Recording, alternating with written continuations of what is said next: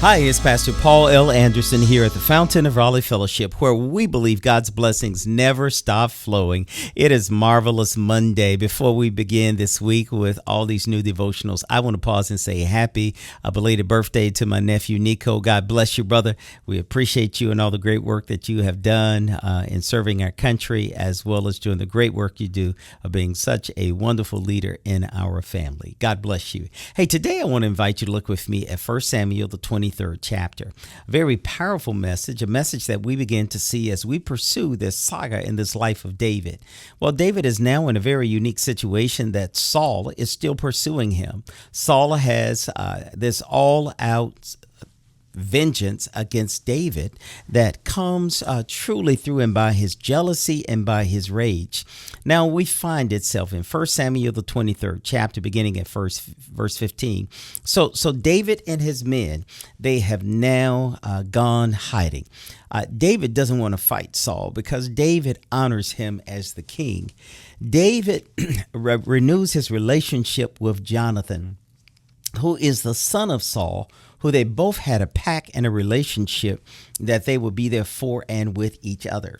This text is very profound because it begins to show us that even in the midst of crisis situations, friendships can always remain intact and even be renewed.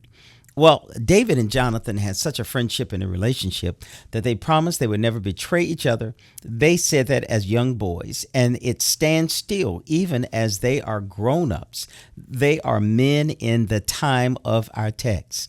Now, Saul is on an all-out pursuit that he might find David, that he might kill him, but he'll never find him because God is always protecting him.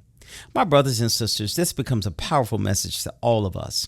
When the devil, who's our enemy, used the agency of humanity to search us out, to try to find us, to try to eliminate us, he will not succeed.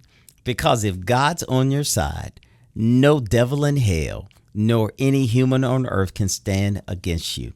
This text begins to let us see how powerfully God's hand is on David. Just as God's hand was on David to lead him and guide him, David constantly prayed and asked the Lord, Lord, what would you have me to do? Where would you have me to go?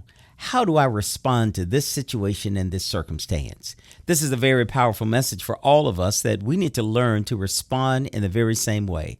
When situations and circumstances begin to arise, we must ask ourselves, God, how do you want me to respond? And where do you want me to go? This passage becomes so very clear to us that it shows us, even as God gave David direction in his day, remember, God never changes. He wants to give us direction in our day. There's some of us who need to make critical decisions about how we proceed and go forward, how we have deadlines that must be reached, how we have physical ailments that we need a cure and a remedy for. God promises, even in the midst of those life crises, he'll be there with you. Just as God was with David, as God was with Jonathan, God will also be with you. We must remind ourselves that we serve a God who loves us, who cares for us, and always shares with us. I want to remind you, my brothers and my sisters, that you are exceedingly and abundantly blessed, and God has a great blessing in store for you, and I look forward to sharing with you again on tomorrow.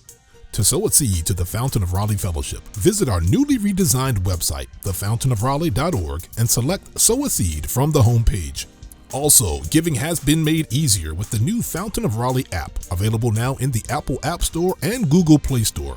Download today, select Giving from the main menu, and then follow the directions to complete your giving through Subsplash. Thank you so very much for all of your gifts and donations that you've given to the Fountain of Raleigh Fellowship. We thank you for what you've done in the past, what you're currently doing, and what you will do in the future. Your gifts and donations helps us to spread the gospel of Jesus Christ, not only locally, but throughout the world. Thank you again for your gifts, and may God continue to richly bless you. It is here at the Fountain that we believe that we are exceedingly and abundantly blessed, and may you receive those blessings that God has in store for you.